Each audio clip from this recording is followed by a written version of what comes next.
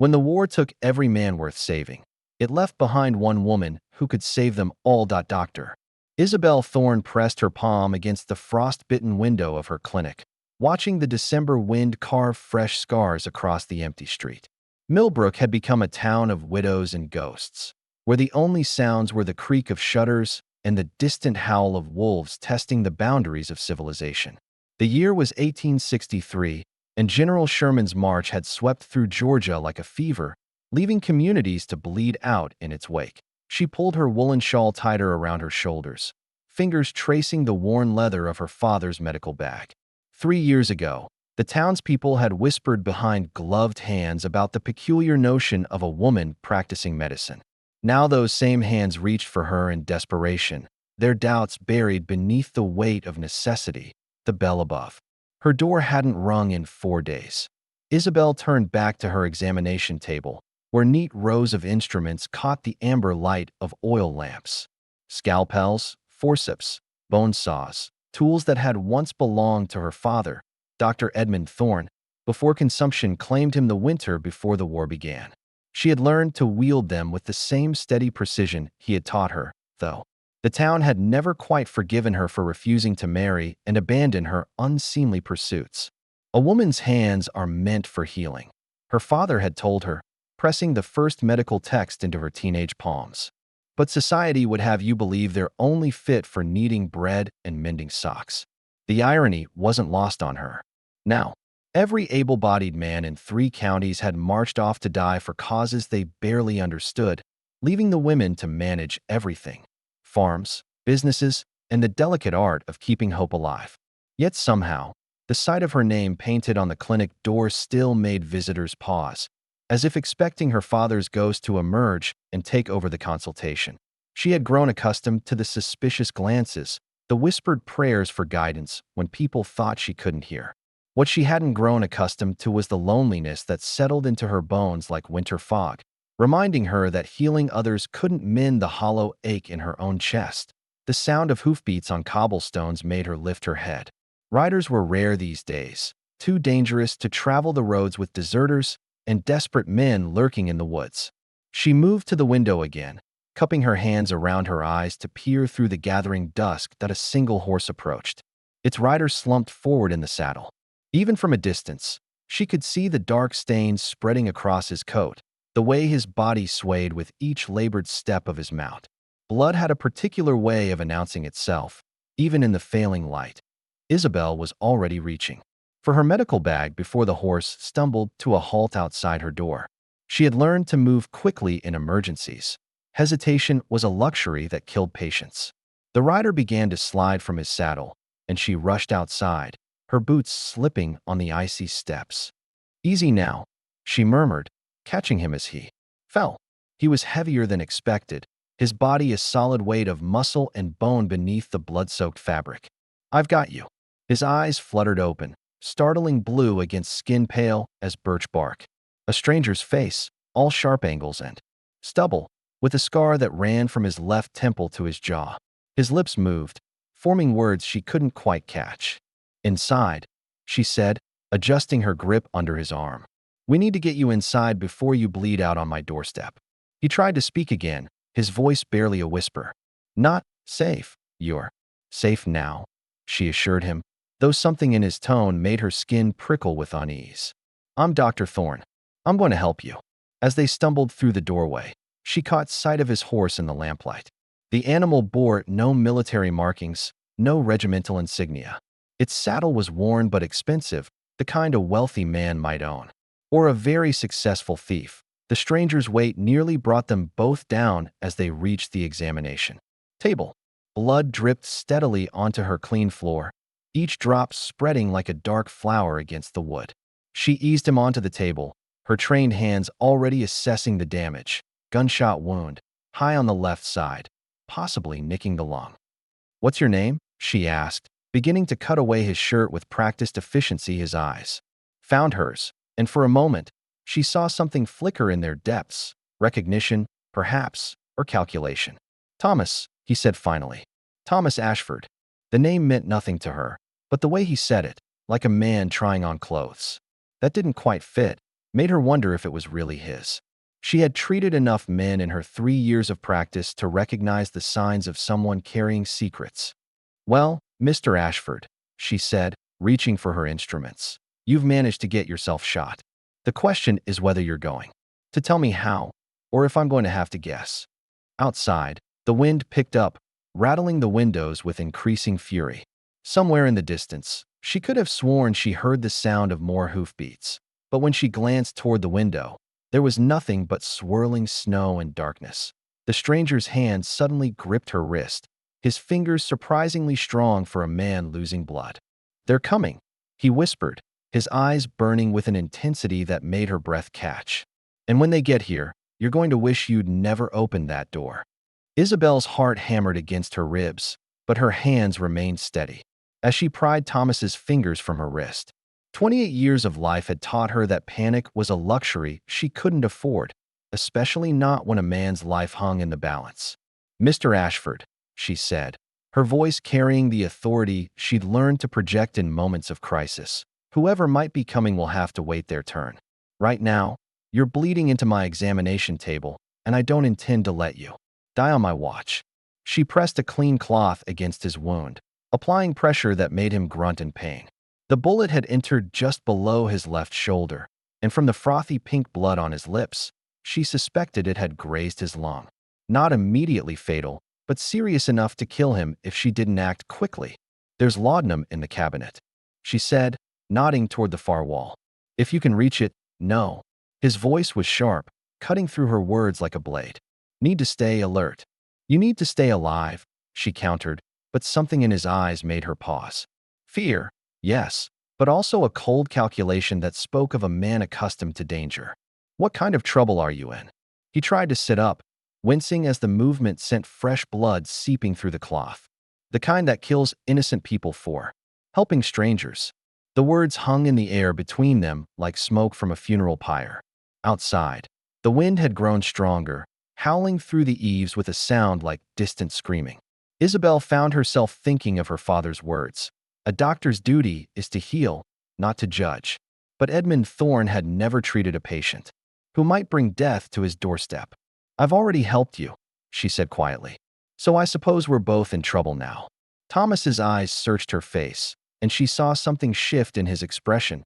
Surprise, perhaps, or the beginning of respect. "You should have left me in the snow. That's not who I am." She reached for her needle and thread, her movements precise despite the tremor in her chest. "And it's not who my father raised me to be. Your father was a fool." The words struck her like a physical blow. She had endured years of whispered doubts about her abilities, subtle and not so subtle suggestions that she abandoned her calling, but no one had ever dared to insult Edmund Thorne's memory to her face. "My father," she said, her voice dropping to a dangerous whisper, "saved more lives in this town than any 3 men combined. He taught me that healing isn't about convenience or safety. It's about honoring the spark of life in every person who walks through that door." Thomas was quiet for a long moment, studying her face as she began to clean his wound. "Even if that person is wanted for murder?" Her hand stilled. The question hung between them like a loaded gun, and she found herself staring into those unsettling blue eyes, searching for truth in their depths. "Murder." The word tasted like copper pennies in ash. "Did you?" she asked simply. "Which answer would make you feel better about saving my life?" It was a deflection, but a clever one. She resumed her work, threading the needle with steady fingers. "The honest one. Honesty is a dangerous thing in wartime, Dr. Thorne. So is lying to your physician." He laughed, a sound that turned into a cough that brought up more blood. "You're not what I expected." "What did you expect?" "Someone who would ask fewer questions." The needle pierced his skin, and she began the delicate work of closing the wound. He didn't flinch, didn't make a sound, though she could see the tension in his jaw, the way his free hand gripped the edge of the table. Whatever else Thomas Ashford might be, he was no stranger to pain.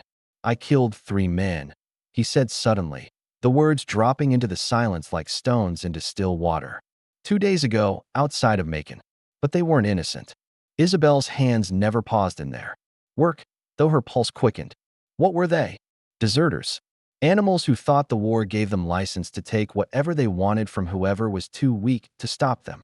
His voice carried a cold fury that made her skin prickle. They had a girl with them. Couldn't have been more than 16. The picture began to form in her mind. A story as old as war itself. Men who had lost their humanity along with their uniforms, preying on the defenseless. And Thomas Ashford, playing the role of unlikely savior. What happened to her? Got her. To her family. What was left of them? He was quiet for a moment. Her father thanked me. Right before he died from what those bastards did to him. Isabel tied off the last stitch, her movements automatic as her mind processed his words. 3 men dead, a family destroyed, and now this stranger bleeding on her table while armed men hunted him through the snow. The moral calculus was complex, but the arithmetic of violence was brutally simple. So you're not a murderer, she said, reaching for a clean bandage. You're a vigilante. I'm a man who couldn't stand by and watch. That's not an answer. It's the only answer I've got. She began wrapping the bandage around his shoulder, her fingers brushing against skin that was surprisingly warm despite his blood loss. He was lean but muscular, with old scars that spoke of a life lived on the edge of violence. A soldier, perhaps, or something else entirely. What's your real name? She asked. Thomas Ashford. No, it's not.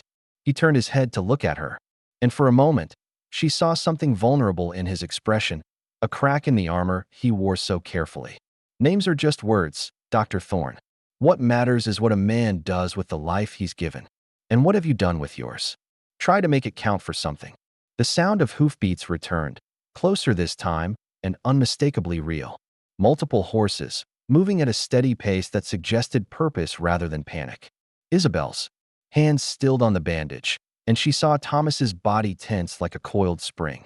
How many? She whispered. 4, maybe 5. His voice had changed, becoming something harder and more dangerous. They'll want to search the clinic. Let them.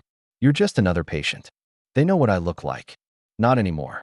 She reached for a bottle of iodine and began dabbing it liberally around his face and neck, creating the mottled appearance of infection. Now you're a man dying of scarlet fever. They won't want to get close enough for a good look. Thomas stared at her with something approaching admiration. You've done this before. I've treated men who needed to disappear. Deserters, mostly. Boys who couldn't stomach any more killing. She met his eyes. I don't ask questions about the war.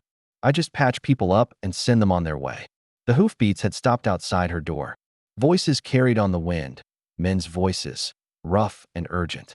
One of them was giving orders, his tone sharp with authority. Can you walk? She asked. If I have to, you have to. She helped him sit up, steadying him when he swayed. There's a back room with a cot. I'll tell them you're quarantined. And if they don't believe you, then we'll both find out what kind of woman I really am. The sound of boots on her front steps made them both freeze. Someone was testing the door handle, and Isabel realized with a chill that she hadn't thought to lock it after Thomas's arrival. The door creaked open, and cold air rushed in, carrying the scent of horses and gunpowder. Dr. Thorne, a voice called from the front room. We need to have a word. She looked into Thomas's eyes one more time, seeing her own fear reflected there. But alongside the fear was something else, a shared understanding that whatever came next, they would face it together. Just a moment, she called back, her voice steady despite the hammering of her heart. I'm with a patient. This won't take long. The voice replied, and she heard the unmistakable sound of spurs on her wooden floor. We're looking for a man. A dangerous man. Thomas's hand found hers, his fingers intertwining with hers in a gesture that was both protective and desperate. Whatever his real name was, whatever he had done or failed to do, she had made her choice the moment she caught him falling from his horse. The footsteps were getting closer, and she could hear the jingle of weapons, the creak of leather. Armed men in her clinic, hunting a wounded stranger who had stumbled into her life like a character from a fever dream.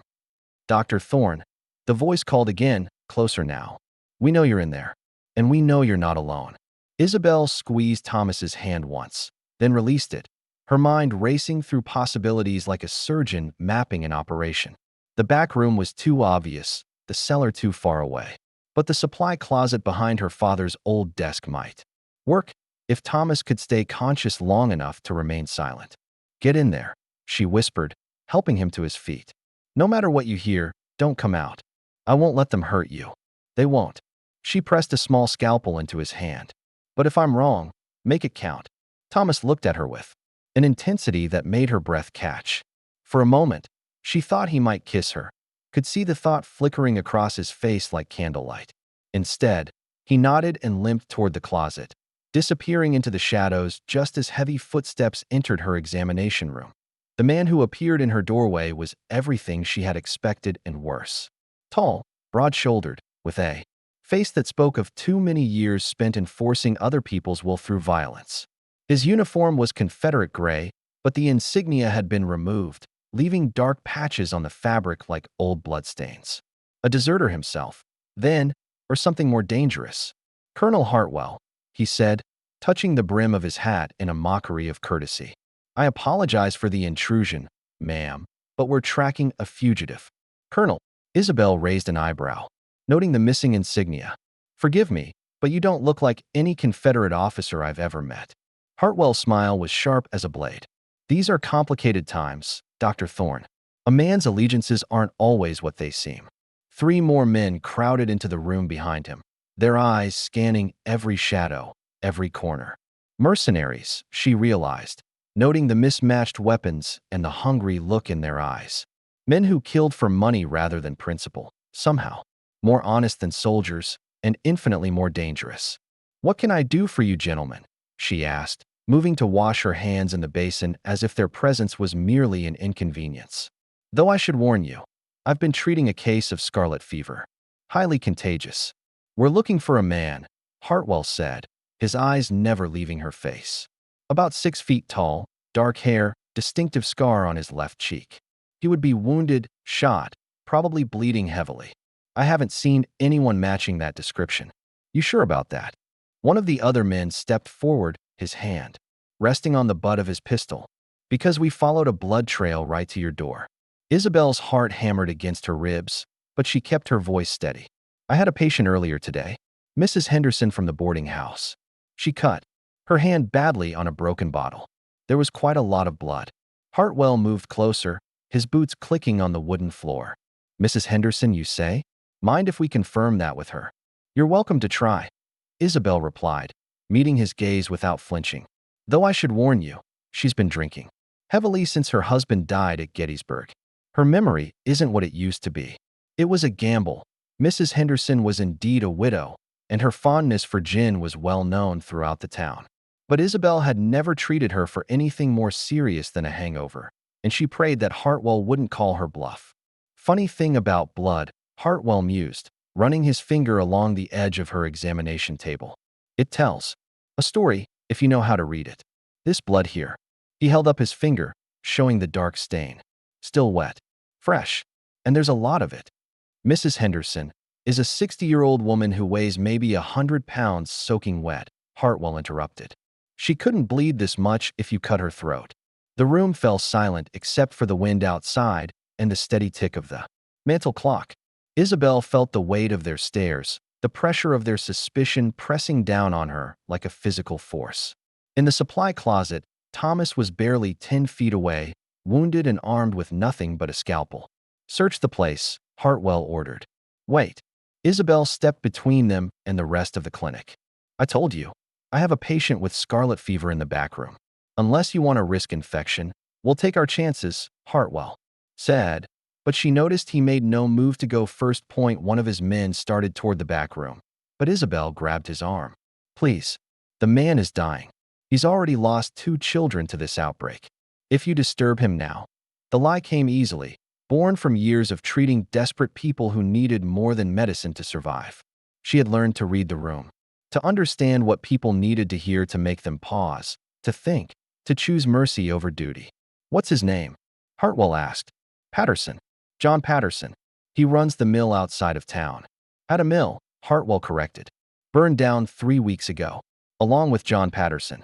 The blood drained from Isabel's face.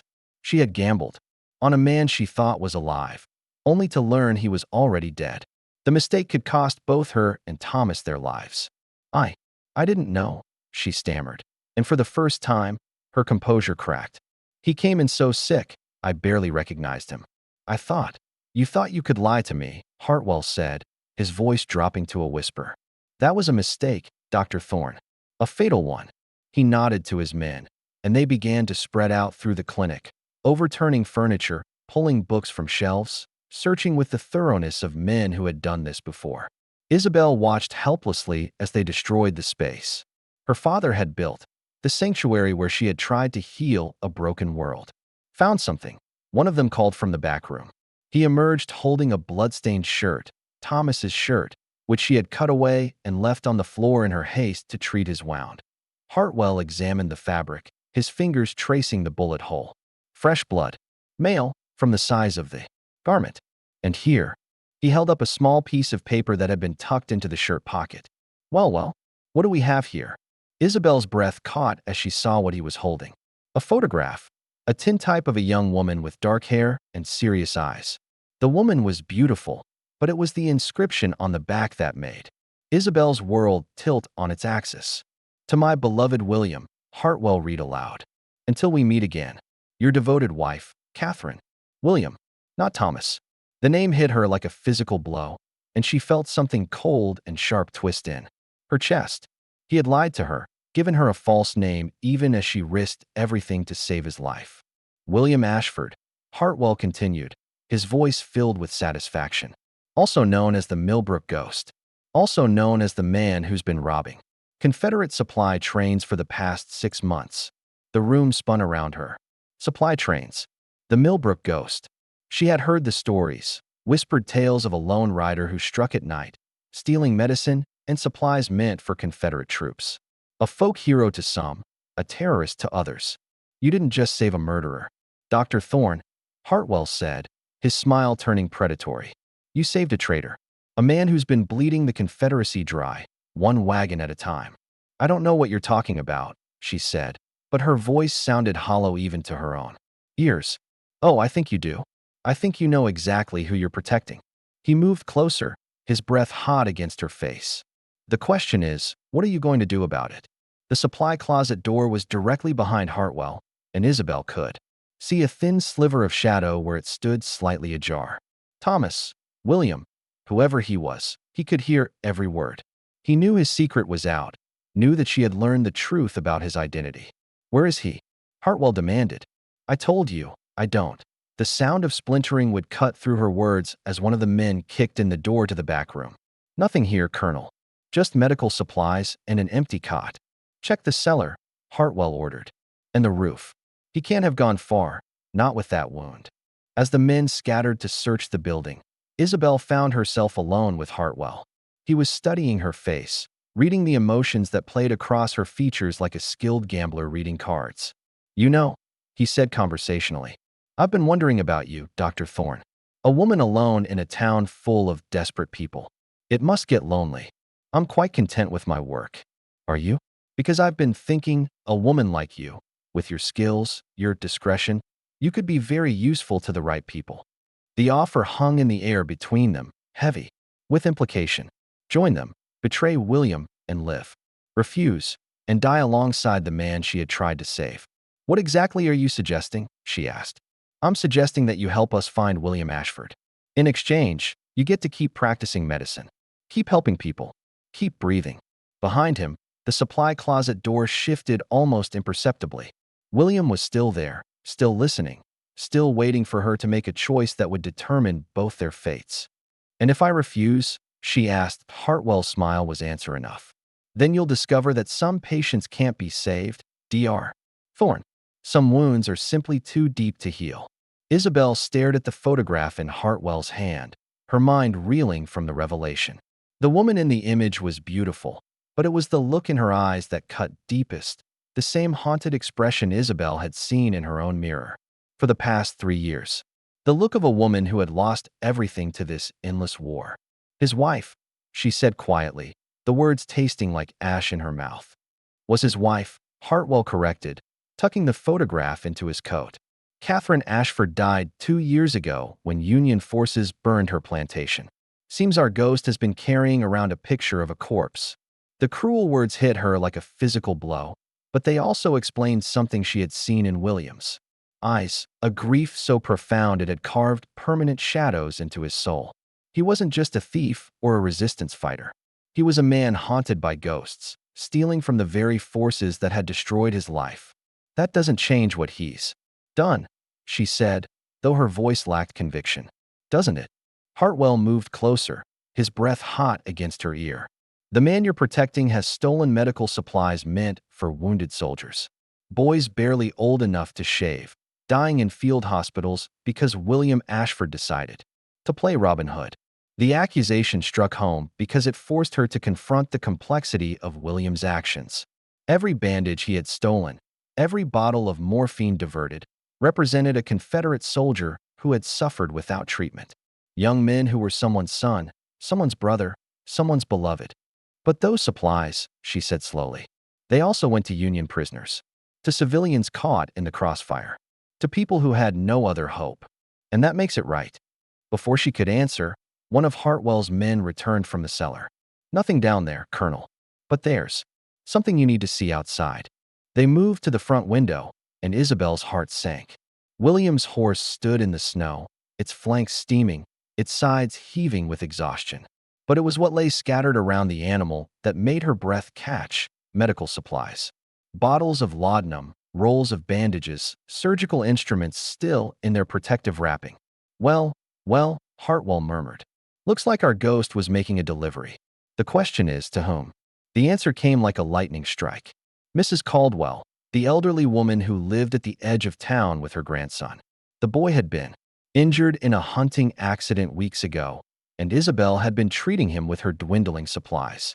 William must have been bringing her medicine, using the cover of his own injury to make the drop. You know where he was going, Hartwell said, reading her expression. I can see it in your face. I don't know anything.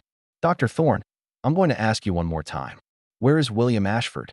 The supply closet door was still slightly ajar, and she could sense William's presence like a held breath.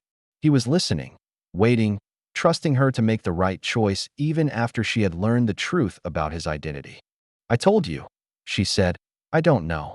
Hartwell's hand moved to his pistol, and she saw the decision crystallize in his eyes.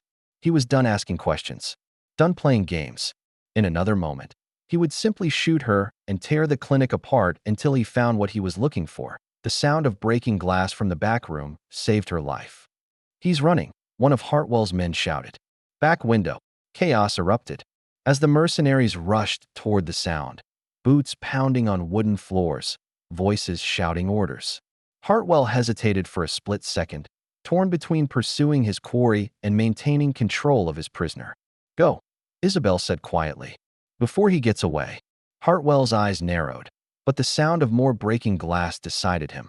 He ran toward the back room, leaving Isabel alone in the examination area. She waited until she heard the back door slam, then moved quickly to the supply closet.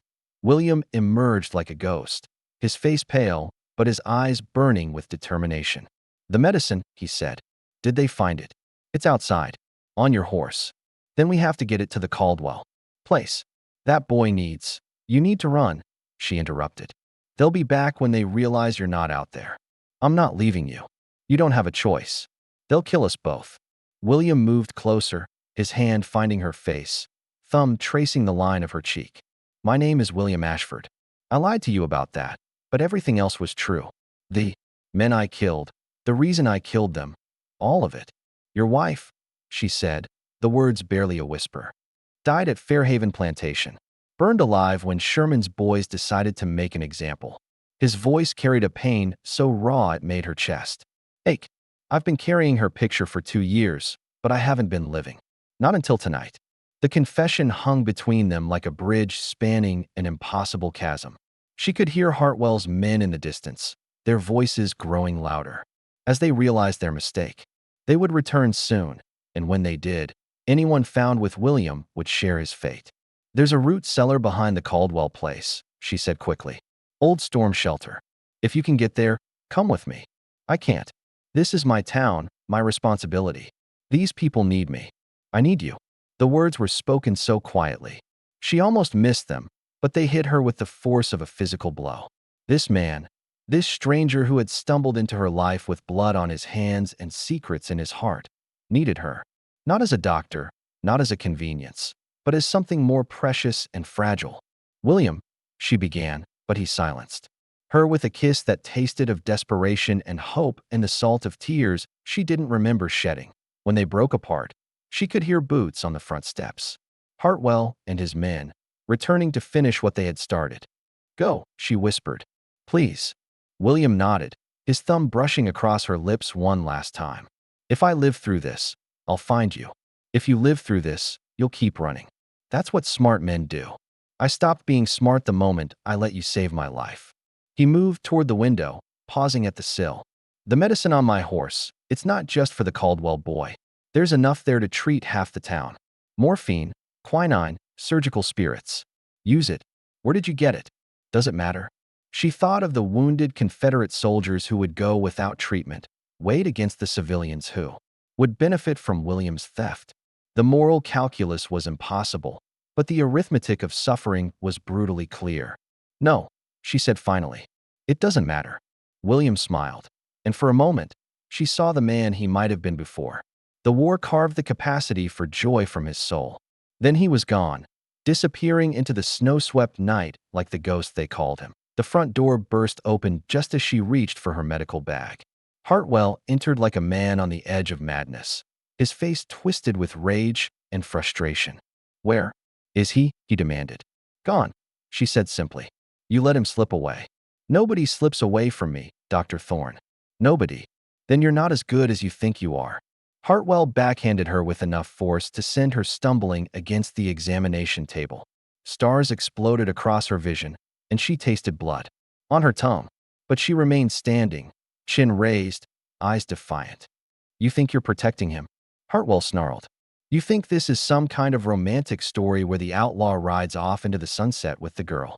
I think, she said, spitting blood onto the floor, that you're going to leave my clinic. Now. Or what? You'll call the sheriff? The mayor? There is no law here, Dr. Thorne. There's only what I decide to do with you. One of his men appeared in the doorway, shaking his head. No sign of him, Colonel. But we found where he went over the fence. Trail leads toward the woods. Then follow it. It's snowing harder. We'll lose the trail in an hour. Hartwell's face contorted with fury. He had been so close to his prize, only to have it slip through his fingers. The humiliation was written in every line of his body, and Isabel knew that made him infinitely more dangerous. You know what I think, he said, his voice dropping to a whisper. I think you're going to help us find him. I think you're going to tell us every place he might run, every person he might contact. And you're going to do it because you've realized that protecting him isn't worth dying for. You're wrong. Am I? He nodded to his men, who moved to flank her. We'll see about that. The sound of gunfire erupted from outside, not the single crack of a pistol, but the sustained thunder of multiple weapons. Hartwell's head snapped toward the window, his eyes wide with surprise. What the hell? More gunfire, closer this time. And then, impossibly, the sound of men screaming. Not the shouts of pursuit, but the high, desperate cries of men in mortal terror.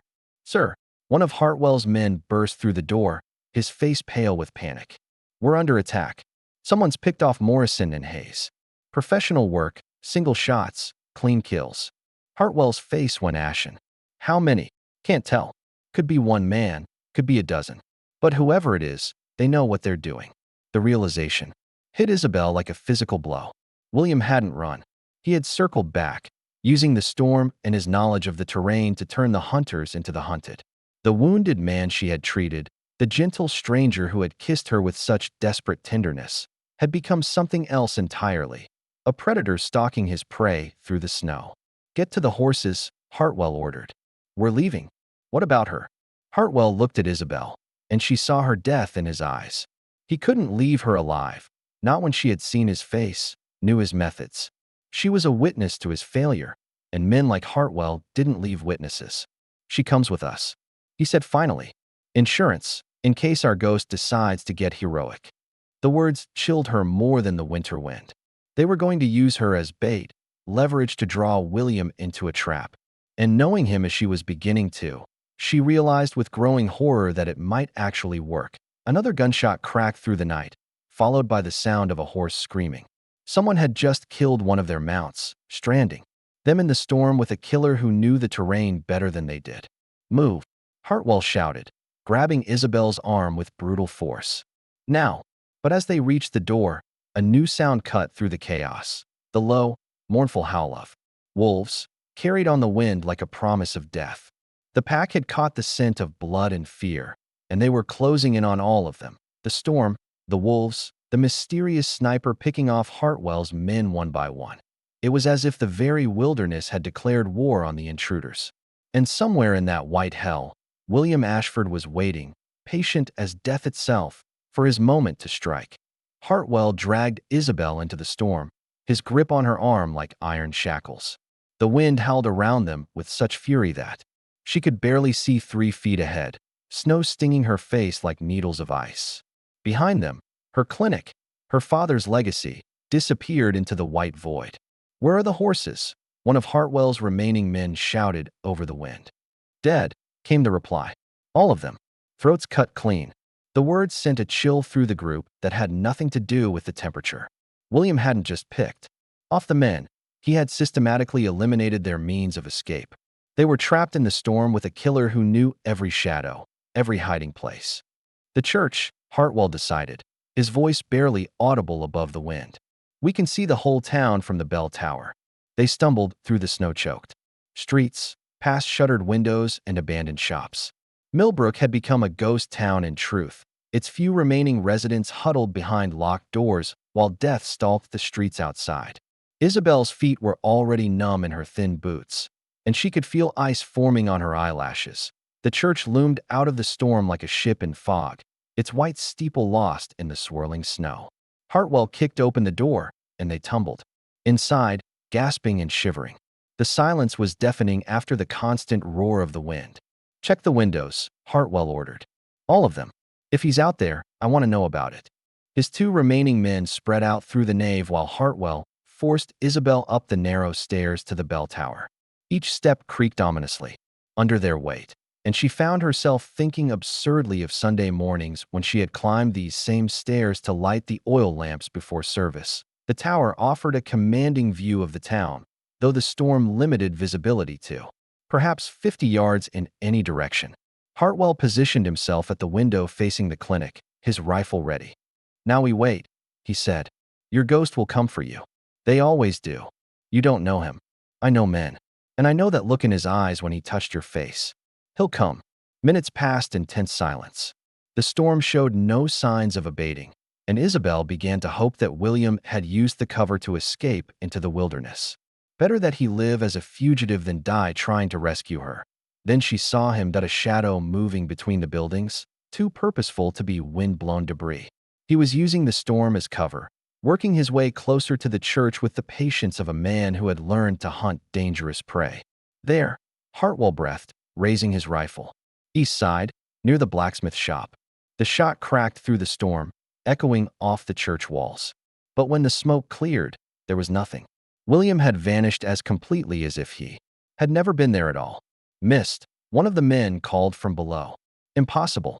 I had him dead to rights." Another shadow flickered past a different window, and then another. William was everywhere and nowhere, a ghost made manifest in the swirling snow. Each time Hartwell thought he had a shot, his target would disappear, only to reappear somewhere else entirely. "He's toying with us," Hartwell snarled. "No," Isabel said quietly. "He's learning your patterns, counting your shots, waiting for the right moment." The next gunshot came from inside the church. Hartwell spun toward the stairs, his face pale with sudden understanding. One of his men screamed, a sound that cut off abruptly in a wet gurgle.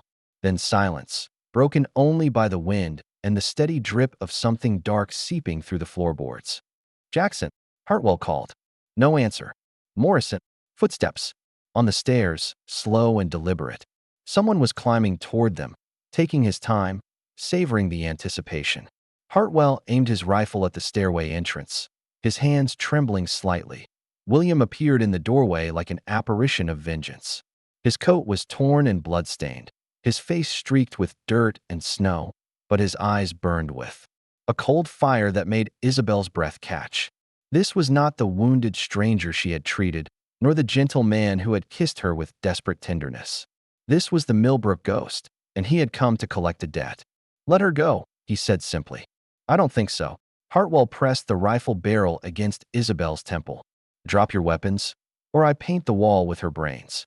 William's gaze flicked to Isabel, and she saw something soften in his expression. "You all right?" "I'm fine." "Good." He looked back at Hartwell. "Last chance. Let her go, and you walk out of here alive. You're not exactly in a position to make demands, are not?" William smiled, and the expression was more terrifying than any threat. "Your men are dead. Your horses are dead. It's 20 miles to the nearest town through a blizzard that's getting worse by the hour. Even if you kill me, even if you kill her, you'll freeze to death before dawn. But you'll be dead too." "I'm already dead," William said quietly. "Have been for 2 years. The question is, what do you want your last act to be? Murder or mercy?" Hartwell's grip on the rifle tightened, and Isabel could see the calculation in his eyes. He was weighing his options, trying to find a way out of the trap William had constructed around him. "Besides," William continued conversationally, "you're assuming I came alone." The sound of footsteps on the church roof made Hartwell's head snap upward. More footsteps surrounding the building. Voices calling out in the darkness. Men's voices, rough and determined. "You see," William explained, "the supplies I was carrying weren't just medicine. They were payment for services rendered. And the men of this town, the ones you thought were all dead or gone, they've been hiding, waiting, hoping for a chance to fight back against bastards like you." The trap was perfect in its simplicity. William hadn't just been stealing supplies. He had been organizing a resistance network, using his reputation as the Millbrook ghost to inspire others to fight back. And now, when Hartwell thought he had cornered his prey, he discovered that he was the one surrounded. "So what's it going to be?" William asked. "Do you want to die as a murderer, or do you want to live as a man who chose mercy when it mattered?" For a long moment, the only sound was the wind and the creak of the old building settling. Then, slowly, Hartwell lowered his rifle. "You win," he said. "I know." What happened next was swift and efficient. The townsmen, farmers and shopkeepers and boys barely old enough to shave, disarmed Hartwell and bound him with rope from the church bell. They would hold him until spring, when the circuit judge returned. Though everyone understood that justice in wartime was a flexible concept, the men led Hartwell away. William and Isabel found themselves alone in the tower.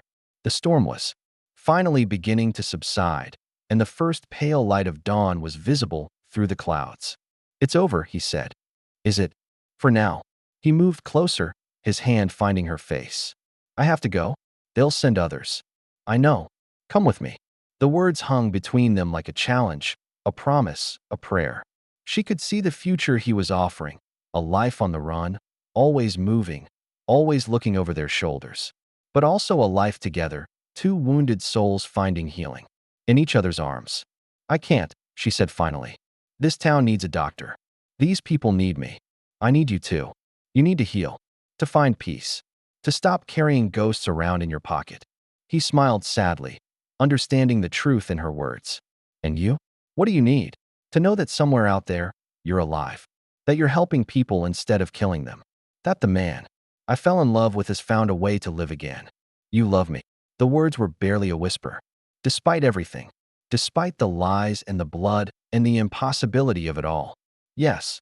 He kissed her then, soft and sweet and full of goodbye. When they broke apart, she could see tears on his cheeks that had nothing to do with the cold. "If the war ever ends," he said, "if there's ever a chance for peace, you'll know where to find me." 3 months later, when the spring thaw finally came to Millbrook, Isabel discovered a package on her doorstep. Inside were medical supplies, enough to stock her clinic for a year, and a single pressed rose, still fragrant despite its journey. There was no note, no signature, but she didn't need one. Somewhere out there, the Millbrook ghost was still riding, still fighting his war against injustice. But now he was also healing, helping rather than destroying, choosing hope over vengeance. She pressed the rose between the pages of her father's medical journal, where it would remain for the rest of her life. A reminder that even in the darkest times, love could bloom in the most unlikely places.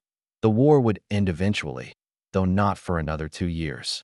And when it did, when the last shots were fired and the last tears shed, a stranger would come riding into Millbrook on a summer morning. He would dismount outside her clinic, his face older but peaceful, his eyes finally free of ghosts. He would carry no weapons, only flowers, white roses that bloomed wild in the mountains where he had learned to heal instead of kill. And Dr. Isabel Thorne would run to meet him, her heart full of the same wild hope that had saved them both on that terrible winter night when love came bleeding through the snow. If you've enjoyed this tale of love conquering the darkness of war, give it a like and share your thoughts in the comments below. Don't forget to subscribe for more stories that remind us that even in the bleakest times, the human heart finds a way to bloom. Where are you watching from today? Let us know in the comments. We love hearing from our listeners around the world.